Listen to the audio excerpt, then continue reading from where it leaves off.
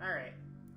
I see that I'm back live. So hey everybody, welcome back. Did you miss me? I sure hope so.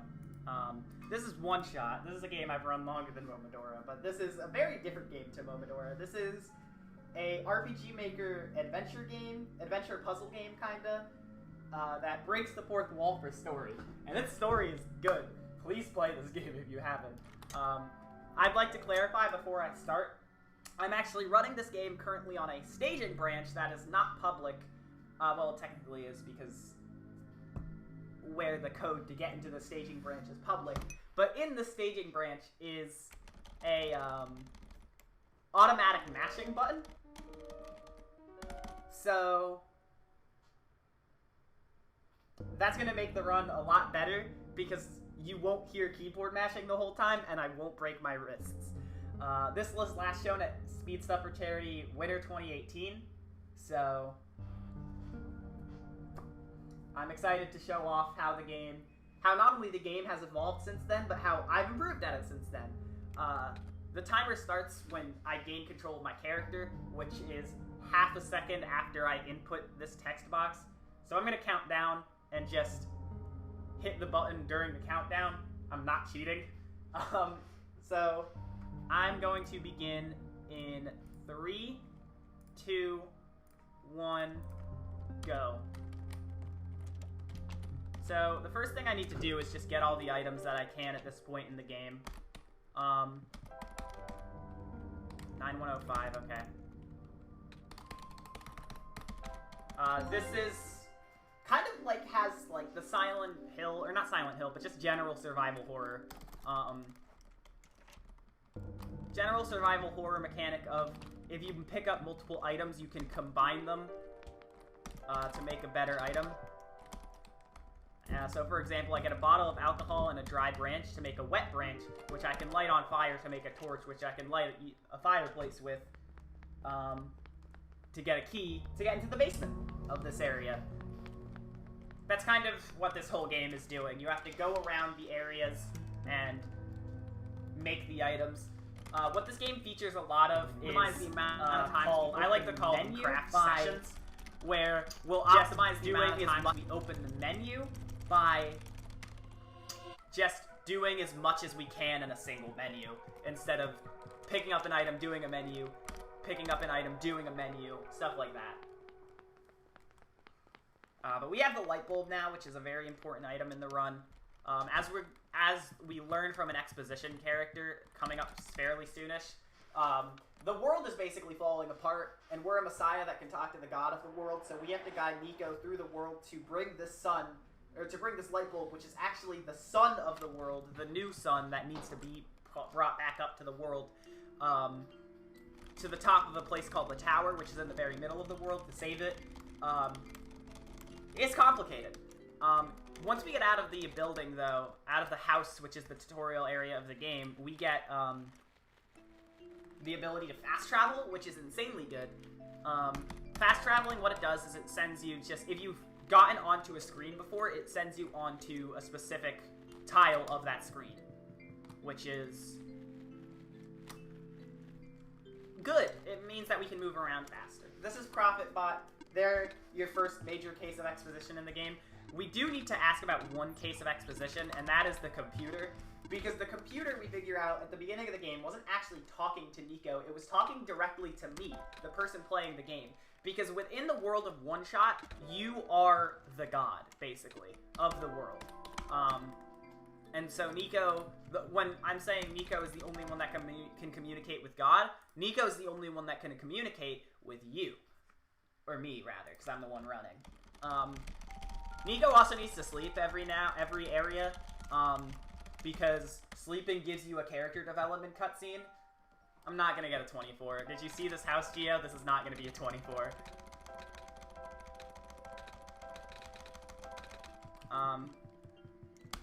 So this game is very big on developing its characters through breaking the fourth wall and having Nico talk directly to you, and how every character reacts to Nico literally being able to talk to God.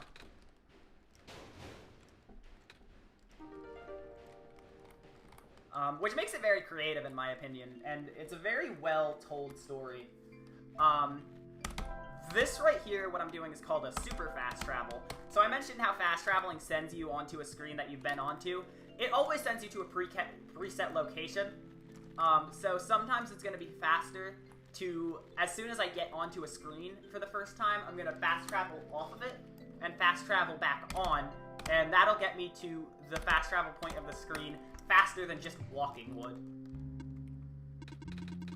And I have Steam notifs on because every time I sleep or close the game, which I need to do in the run, like every time I sleep, it closes the game. And there are other points during the run where I have to close the game. I realize I still am in online mode, which I usually don't like being when running this game, so I'm sorry to all my Steam friends. It's important.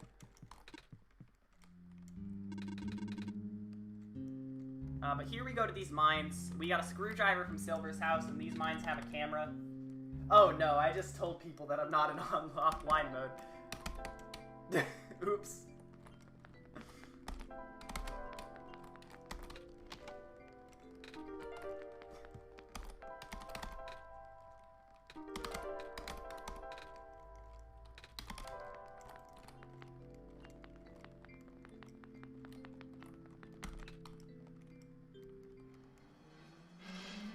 No!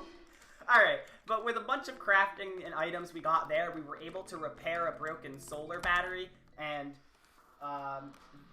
make that generator power on so that all the robots in this area work again. And with that, we can get the code to this safe. I'd like to give... That code was awful. I'd like to give a shout-outs to a community member named Firestrike, who hasn't really done much runs of this game. However, they made a utility tool, which is great for practicing. And that utility tool actually can read your documents for Notepad and give you that safe code instantly. Otherwise, you need to open a text editor or find a way to like refresh a text editor at some point in between talking to that computer and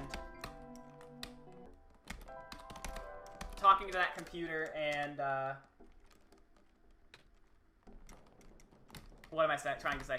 Talking to that computer and getting to the safe. But with that out of the way, I'm gonna keep moving through the Barrens. With the gas mask we got from the safe, we can move into the Northern Barrens, which has what we need for cleaning supplies. So...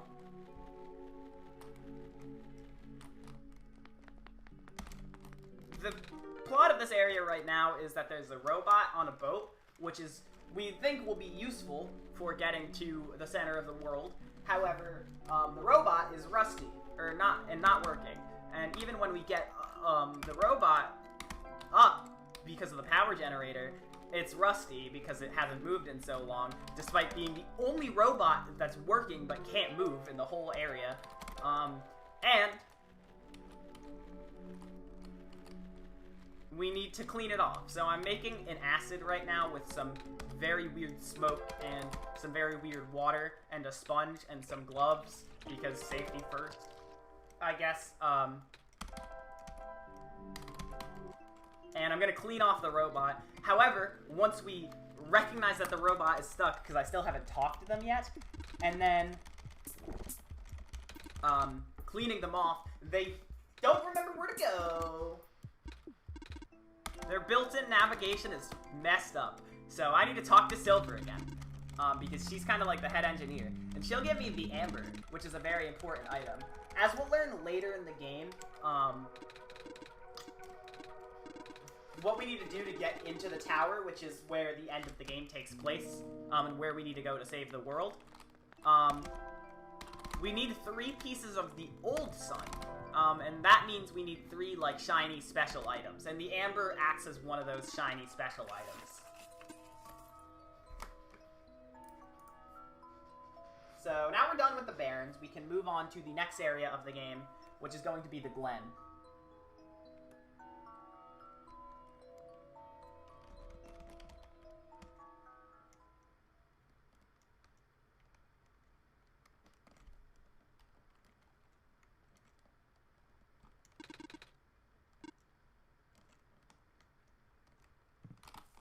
The Glen is my personal favorite area in the game. This is a much more, like, lively area. It's a forest, basically.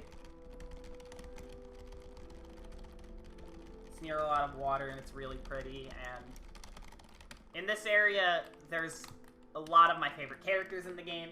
All the birds are my favorite characters in the game. So to start, we're going to go down to the forest, and this super fast travel actually skips a cutscene as well as is just faster. This is Calamus, my absolute favorite character in the whole game, and his sister is lost, and he can't find her. So we're going to try and find her, because we're better at doing things than everybody in this game.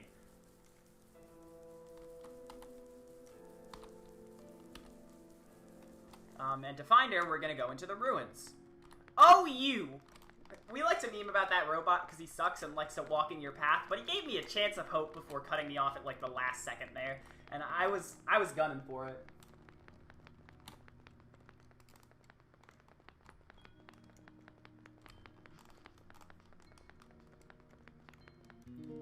So, to get to where we want to go in this area, what we need to do is go through to here to reach Maze. And Maze is dying.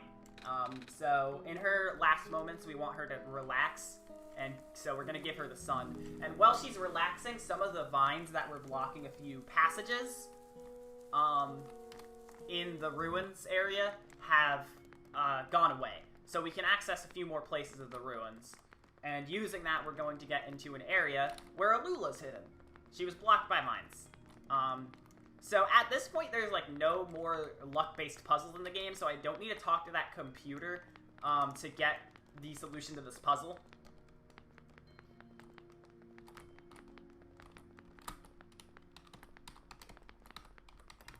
And I messed up the puzzle a bit. It's fine.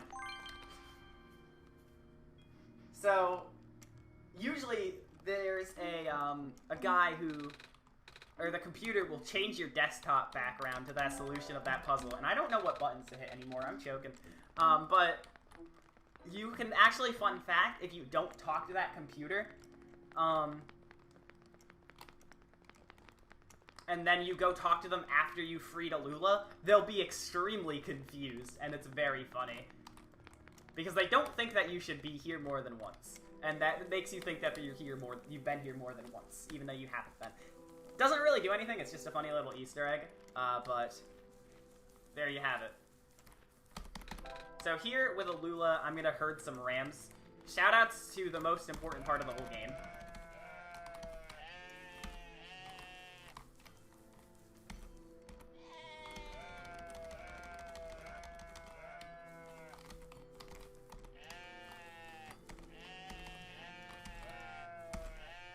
Okay. And now we get some ram wool. Fun fact, there's an Easter egg again later in the game where you can get a secret item, and then in the third area of the game, you can use that secret item on a certain wall, and you can find a ram cult run by that shepherd.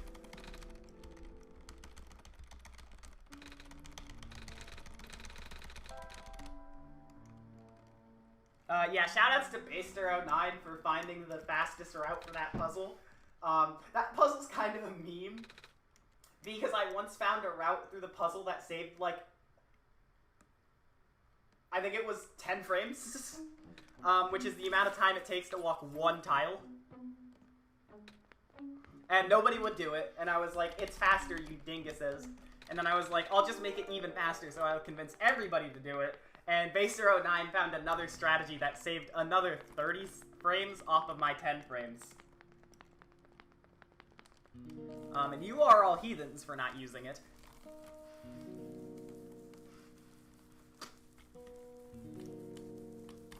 But now that we've gotten the golden feather, which is kind of a family heirloom of Calamus and Alula because we reunited the two and we got it as thanks, we can take the sun and get to leaving the Glen.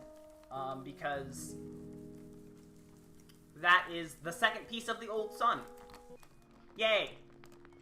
We can also use it as a feather pen to sign a scroll. The reason why we haven't been able to go immediately to the refuge is because there's this robot that wants us to sign a scroll to let us know who we are and that we've passed to from the Glen to the refuge. They lost their pen, though. And we don't have one of our own. So we have to make one. And we're going to use that feather and some dye that we got from the trader for trading in the ram wool. And we're going to get a thingy out of that. What are we getting? We're going to get a feather pen out of that. And we can use the feather pen to... What are we doing with the feather pen? To sign the scroll. To go into the next area of the game. I'm going to make the pen right now. There it is.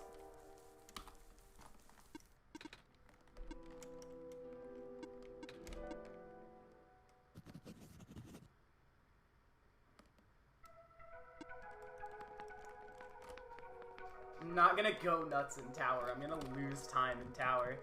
I'm being memed on by the community. But now there are squares. I'm gonna not talk about squares because that's post-game chapter spoilers. And if you want to play this game for yourself, I definitely recommend it. And I don't want to spoil the post-game chapter, especially. I've been talking a lot about the story of the main game, but the post-game chapter is... very good.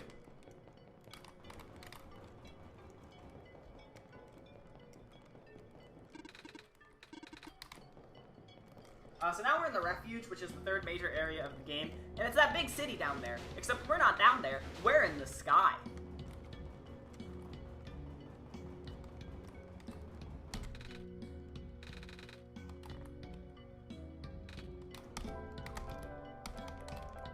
I don't equip anything there. So the problem is, though, is that the elevator to get down to the ground part of the refuge is broken. So we need to fix it. In particular, there's no button in the button panel. There's usually a magnetic ground button that we need to hit in order to go there. So we're gonna make our own ground button. Because that's what we do in OneShot. We're a cat. We like pancakes. I gotta have a good meal. Hate Mondays. Wrong cat. So there I did a very elongated super fast travel to the cafe, which is part of what I like to call a fast travel chain, where you do super fast travels, but you do stuff in between the super fast travel. That room with the bed in it in the refuge is very weird. It's an indoor room technically. However, it's a loading zone that... It's like an outdoor loading zone that leads directly from an outdoor loading zone to an indoor loading zone instead of having an outdoor to indoor transition loading zone. And also, you can fast travel out of it. However, despite being its own screen, it doesn't have a fast travel point. So it's a very strange screen. But I mean, we can use the fact that you can fast travel out of it to go fast. So, cool. And now, we're gonna get this, and I'm gonna craft this. So I got a metal can and scissors. I'm gonna cut the word ground out of the metal can and then attach these fridge magnets to it. Fun fact, if I were to attach this item right now to the button panel to see if I could get the elevator to work, I would get an item called You Tried, which I believe Durbill got back at SS4C Winter 18. We raced this game at that marathon a year and a half ago, and I think he accidentally made the You Tried. However, you won't get the You Tried and will successfully make the button if you go to the office and tape the magnets onto the button. You will need to input a security code here. However, unlike other codes in the game, this is actually not random. This is a reference to the original release of OneShot. You may notice that my category listed is the Steam release. This game originally came out as a more traditional RPG Maker game for absolutely free on some website somewhere. I think I don't quite remember. And the release date of that version of the game was June 30th, 2014. And in month, day, year format, that is 6/30/14, which is that elevator code. So here we're going to have an elevator ride with the lamplighter, and what you can do in this elevator is you can have an awkward silence. However, he can also give you exposition, and if you mash through every single exposition option, the elevator ride stops right after you're done reading the dialogue. And that's faster than, what is it faster than? Sitting through the awkward silence? Yes. Okay, it's faster than sitting through the awkward silence. And now that we're on the ground refuge, we're going to do a very big fast travel chain.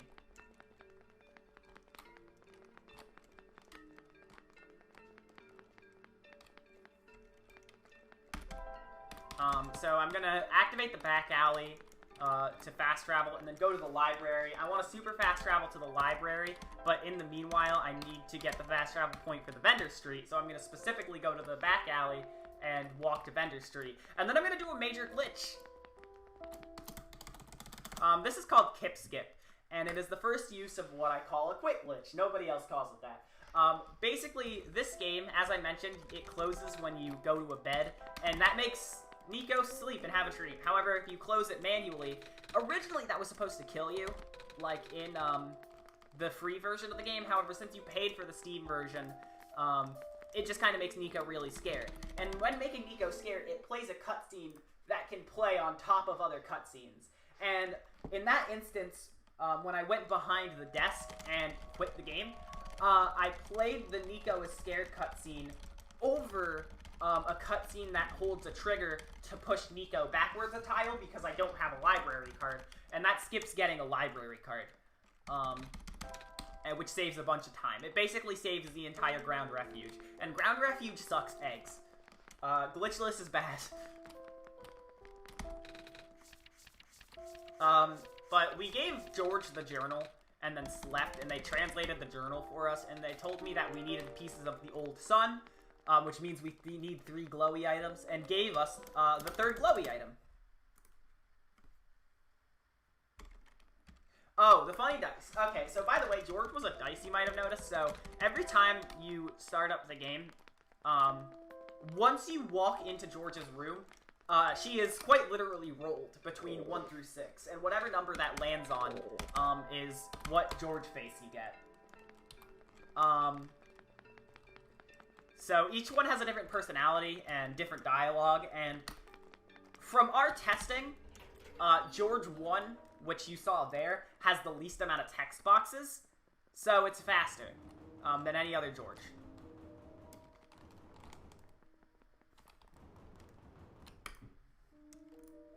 Hello, close the game. So once we have the 3 pieces of the old sun, which is the 3 glowy items, as well as made it to the tower, once we reach that screen with the X, we close the game and reopen it, and we're now in the tower. So at this point in the game, you're not communicating with Nico. Your communication is cut off because the computer actually has a character in it named the Entity that is trying to stop you from ending the game because, unlike what we've been thinking this whole time, we can't both save Nico and save the world at the same time. We have to sacrifice one of the 2 in the ending. And we're trying to prevent Nico from having to do that by... They're trying to stop me from playing the game. However, once you fall asleep here, there's a secret file that appears in your documents, and your desktop background will change to hint that it's called Clover, aka underscore, and that is the author who is the creator of the world trying to talk with you so that you can actually get the ending of the game and, you know, make a sacrifice. And that's... It's a heavy scene because we're going to know this whole time that we need to make a sacrifice at the end of this while Nico has no idea. Meanwhile, what I wanted to say was, you can go into your Steam files and actually get that Clover file open ever since the beginning of the run. So I've had it open ever since the beginning of the run. Yes, it does bring your old desktop background back once you finish. There was a glitch, I think, with the original version of the game that doesn't do that. But in this game, once you're done with the puzzle, that needs the desktop background change. So the tower is a set of 3 different types of puzzles. The first one is a maze. It's pretty easy. The second one is a maze of doors, which is a little bit harder. But I have the order of doors memorized based on number. So a method that some people use to memorize what doors to go through is numbers.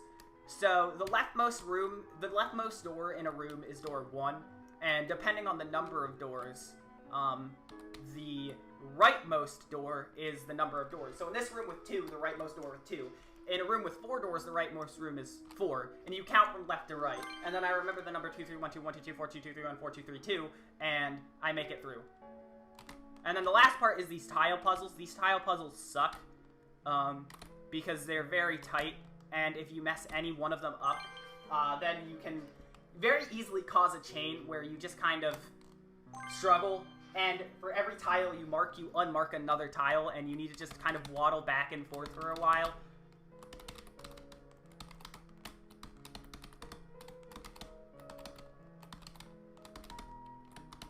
That was a very good tower, though.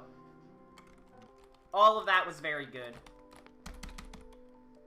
I don't believe... I do this sometimes, but I don't believe I ran a bid war for the ending like I usually like to submit to marathons. I don't believe there was one this time, though, so... I see some... Oh, I need to do a skip here, by the way. I was kind of focusing on the ending stuff.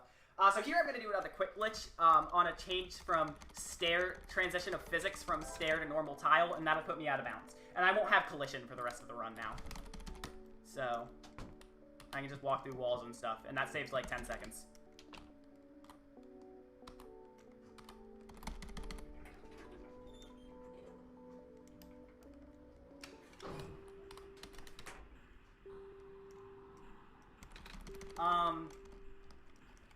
There are a lot of very good incentives and bid wars and bonus games still left in this marathon. So I will take Yist's offer and choose the Return Nico Home ending. So time's going to be over when I choose my ending.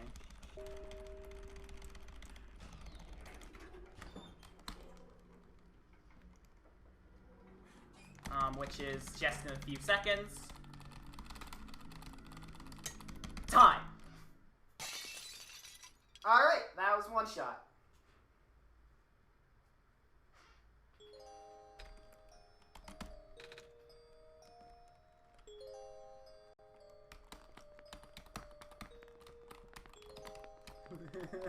I like this a lot. So yeah, that's a pretty good game. And what was my time? 25:34? That's a pretty good time. One incentive I pick, I need to look at the incentives, so let me get up the Tiltify page. While I do that, shout out to this game's community. I'm gonna show off something funny. If you pick this ending, something pretty cool happens.